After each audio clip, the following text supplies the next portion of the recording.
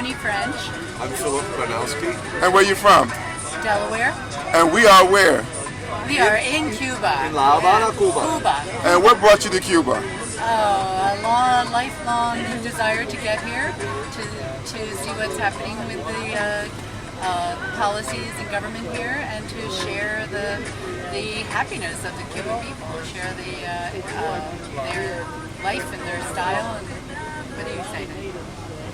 Well, why did I come here? Well, I've always looked to Cuba as a beacon of a great experiment that's independent of the empire, and so I wanted to see, how are they doing? What kind of problems are there, and what kind of successes are there? And what's one thing that you learned or you're walking away with? Well, the education of everyone is possible.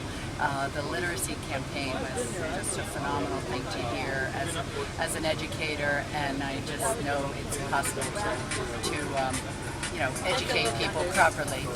So that's one thing. Plus, the society is so integrated, and I know we've talked a lot about racism and race issues, but we definitely have,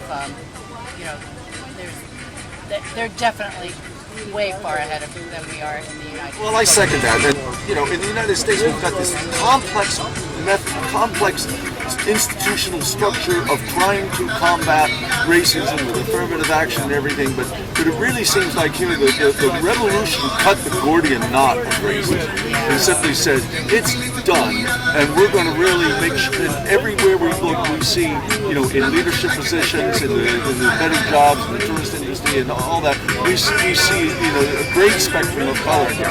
Now, a lot of the people who are, especially the darker skin, they're African-oriented folks, they say, there are still some problems and contradictions and vestiges, but they've hitched their wagon to the revolution because they say this has been the major solution, and they see all further solutions within the revolution. So, Viva Cuba! Viva Cuba! Yeah. Although, before I left, even a week before Obama made his announcement on December 17th, the Cuban intersection in Washington D.C. was already talking to the governor of Virginia about agricultural products. So there are things that are able to be accessed by the Cuban government, even though they're on the terrorist list. I'm Nicholas Lohr. And we are CODEPINK in Cuba. What is one of the things you learned on our U.S. delegation, the largest in Cuba since the travel restrictions have been lifted? The Cuban people are just absolutely beautiful, warm-hearted, creative. They've got their hearts in the right place. Everything about them is extraordinary, and they're incredibly poor. And they're poor because of what we did to them long ago that for some reason we continue to do. I think anyone that visited Cuba would realize that it's time to end. It's time to end the separation between us. My name is Mitra Lohr. I'm here in La Habana, actually living in Havana, and I'm with CODEPINK on this trip. And one of the things I witnessed, 9 years ago I was here, and this time I saw some money in the country, and I am delighted. I have surprised where the money come from. Finally somebody answered me. They said some of the Cuban Americans that brought them here, sent them to their relatives, and also Chinese money, and some money from Venezuela. So I'm hoping this gets more and more, and it will be, I don't know if it's going to be contributed fairly or not, but I'm delighted that it's more money and hopefully more comfort. And I love Cubans, and I'm so glad I came back. David Swanson from Charlottesville, Virginia. And we are in the airport in Havana, Cuba. What brought you to Cuba? had a chance to come. It was a forbidden place. It was a place I needed to learn about. It was a place with a rich and complicated and embarrassing history with my own country. And it's a place I thought I could gather some knowledge and take back and share with people in the United States. What's one of the many things you learned in your journey here?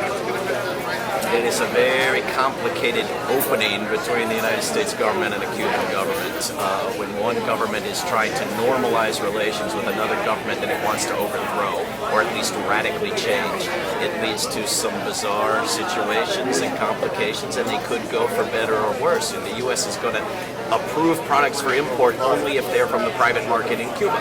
So not life-saving medicines, but rum and tobacco and soap and so forth. And it's unclear how these sort of negotiations are going to go, as well as the negotiations over reparations for businesses that had property seized on the one hand, and a nation that's suffered under a blockade on the other hand. But I think to the extent that the Cuban generosity and sincere warmth and friendship and understanding takes precedence, and I think to the extent that educational exchanges are given priority, things could go better. If more Americans come and learn here and more Cubans go and learn there, if Americans learn the history of U.S. terrorism against Cuba, 3,000 Cubans killed by U.S. acts of terrorism and biowarfare, and somehow Cuba has not gone in and invaded Iraq or Afghanistan in response, we should learn why not. How did they manage that? We should understand why Cuba has guaranteed basic income, why Cuba has health care and education for everyone, and why we might want to consider such policies rather than allowing our government to try to move Cuba, rather than actually respect it and create friendship and cooperation with it. Similarly, Cubans should not have the Hollywood view of the United States. They should come and see that we've got potholes in our streets too. They should come and see what homelessness looks like. They should come and see what grotesque extravagance looks like. They should get the flaws to go with the positives that they get from pirating U.S. movies. And we would both learn something, and we would both be better off. We have so much in common. We have such a long history of friendship and interchange that this hostility has got to end, but we shouldn't pretend it's gone. It's still there in the U.S. State Department. Last statement. Demand that the White House take Cuba off the ridiculous terrorist list. The U.S. is harboring terrorists in Florida who routinely and openly attack Cuba. Cuba has never attacked the United States. Take it off the stupid terrorist list. And demand that life-saving medicines be allowed into the United States. That shouldn't be a political or ideological matter. Cuba has life-saving medicines and vaccines and medical practices. Let them in. I'm Jody Sarda from The U.S. Phoenix, government Arizona. is angelic. And we are. We're in Havana, Cuba. What brings you to Cuba? I came to Cuba when the call came out from CODEPINK. I first learned about Cuba at the World Social Forum in Venezuela in 2006. And at my last night in Venezuela, I was with a Cuban man, and he said, "When are you coming to Havana?" And I said, "I can't. It's illegal because I'm American." And he said, No, it's easy. I'll tell you how." I'm like, "But I can't. It's not legal." He says, "Yes, there's a way." He says, "All you have to do is tell them you're coming to kill Castro, then they'll let you go." And I felt really ashamed that night about my country, and was so excited to have this opportunity to come to Cuba and see the real Cuba, and to show the love that we have for the Cuban people is from America. And that's why I'm here. The problems between the United States and Cuba have nothing to do with the Cuban people or the American people. It is all about some kissing match between our governments from a long time ago, and it's all the United States just holding a grudge and wanting to take it back. And the Cuban people are not going to let it go. They are going to hang on to this revolution if it kills them. And they're prepared and they're ready, and their hearts are so open to us. And so if we can finally just come to our senses, we're going to have a great relationship. You are? I'm Frances Mendenhall. I live in Omaha, Nebraska, and I'm just coming back from the CODEPINK delegation to Cuba that we got here in time for Valentine's Day to show our love. What's the one thing that you walking away with or learned while you was here? Well, Cuba is just simply not a threat to the United States in any form, and I cannot imagine how our country could consider it a danger or a threat. I mean, we're the ones with a base on their territory, but they have never done anything that's harmed a U.S. citizen, damaged U.S. property, shot down any of our planes. I mean, I guess you could make an exception of the Brothers to the Rescue, but they were in Cuban airspace. There's just no reason for us not to consider them a beautiful island nation that has a different way of arranging its life and its priorities and its economy. There are some meetings where it is things that we can learn from them and we can share economically. Yeah, some of the meetings I've attended. Last words? Well, I think people need to understand that it's just wonderful to get to know Cuban people. They don't hate us at all. They want to talk to us. I want to talk to them.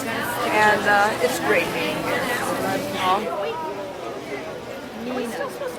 And you're from? I'm from, how far back do you want? Relative. Where you live? I live in Los Angeles. Okay. And where are we? We are in the waiting lounge. I was just waiting to leave. What brought you to Cuba? I needed to see Cuba for myself. I'm hearing many stories. Any last words you can share? It's beautiful. I love it. I'm proud. A good story.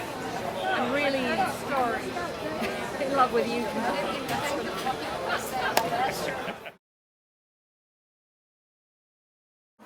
Tim Block. From? Live in New Jersey. Where are we? At the Havana Airport waiting area. What brings you to Cuba? I was here about 21 years ago and decided it was time to come back, see what it was like, wanted to see what it was like before the tsunami, and also to have a better idea of what the current situation was like, so I could hopefully try to help push to keep things opening up. What's one of the many things you learned while you was here? I would have to say one thing is that in spite of everything that they've managed to continue on, and while some things have changed, many things haven't, and they still seem committed to solidarity with one another. Last word? Definitely coming back again. I'm Bob Petrakis. And where you from, Bob? Columbus, Ohio. Where are we? We're in Cuba. We're in the airport in Havana. What brought you to Cuba? Well, I've been wanting to come for decades. I felt the so-called US embargo, but really this horrendous blockade made no sense. We trade with Vietnam, which killed 60,000 U.S. troops. We killed 600,000 of theirs. We make jeeps in Hanoi. We can trade with Vietnam after the Vietnam War, but we can't trade with Cuba. Insane policy put in place by a bully government because the Cuban people stood up to the U.S. and its long history of imperialism. And what is one thing that you learned or you taken away from this journey as the largest U.S. delegation to Cuba after the travel restrictions have been semi-lifted? That the Cuban people appear to be very friendly, very happy, and content with their lives. And the biggest problem facing them, being poor in rural areas, $20 a month, urban areas, $30 a month, comes from the U.S. government blockading them. There's no problems that Cuba couldn't solve if it was treated like any other nation in the world, and they've done miraculous things with virtually no resources. The meager resources they have, they share. They're in solidarity with each other. So what I learned in practice from the Cuban people is solidarity and standing up to those that will exploit you. Last words? Yeah, lift the embargo.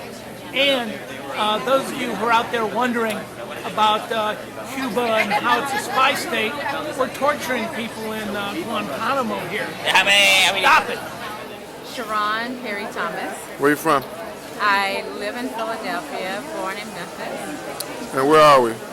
We are in Havana, Cuba, at the airport. What brings you to Cuba? I came to Cuba with an organization called CODEPINK, and Cuba has been a place for me of beauty and a place where they have harbored many of our Black liberation activists. So it's a place that I've always wanted to come. What's one thing that you learned or walking away from this journey? One of the things that I learned was that a nation of people can work together for oneness. In that oneness, there's a lot of differences, but the work can be done. Staying true to your principles, staying true to your commitments and your beliefs. And in this nation, socialism is one of the things that they believe in. Last words? Last words is that all political prisoners throughout the world should be free. I'm Sarah Thompson. Where are we? We are in Miami Airport.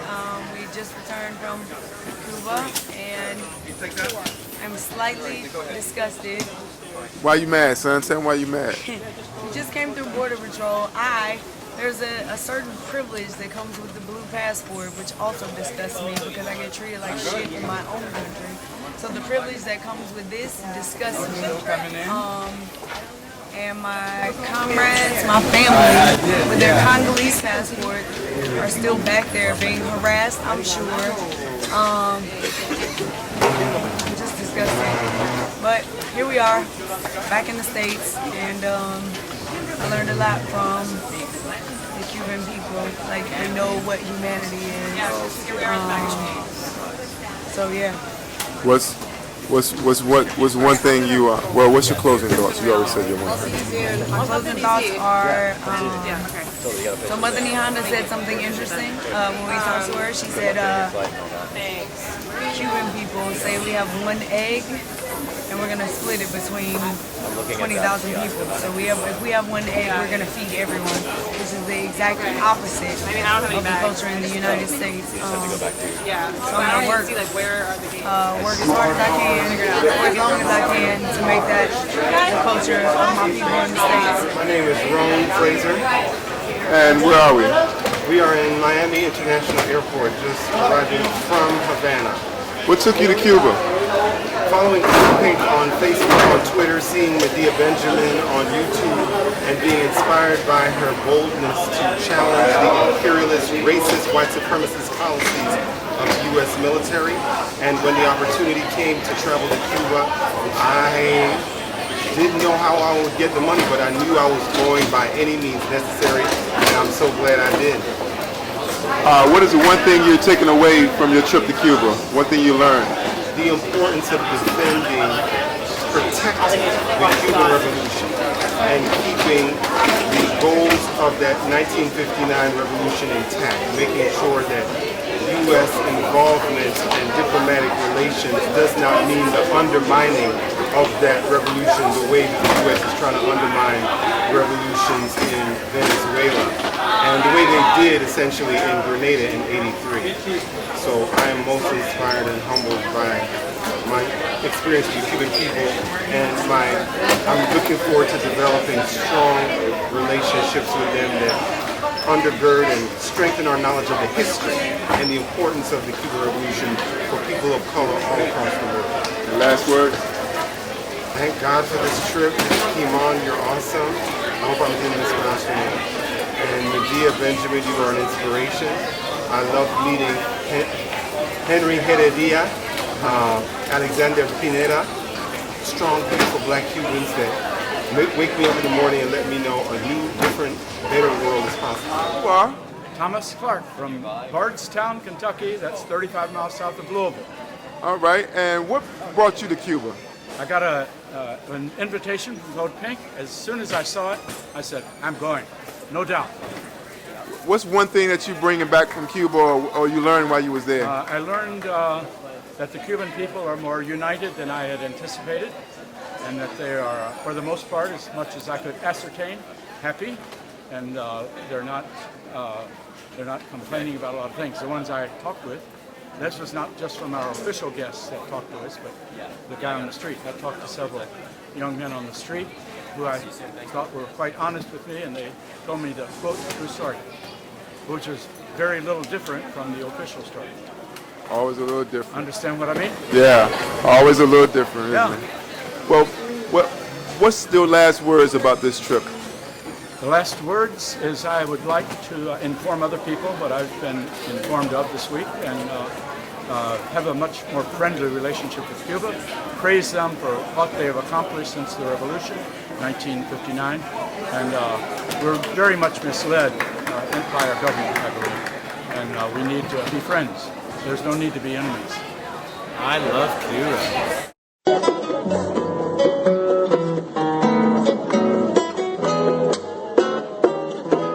Thank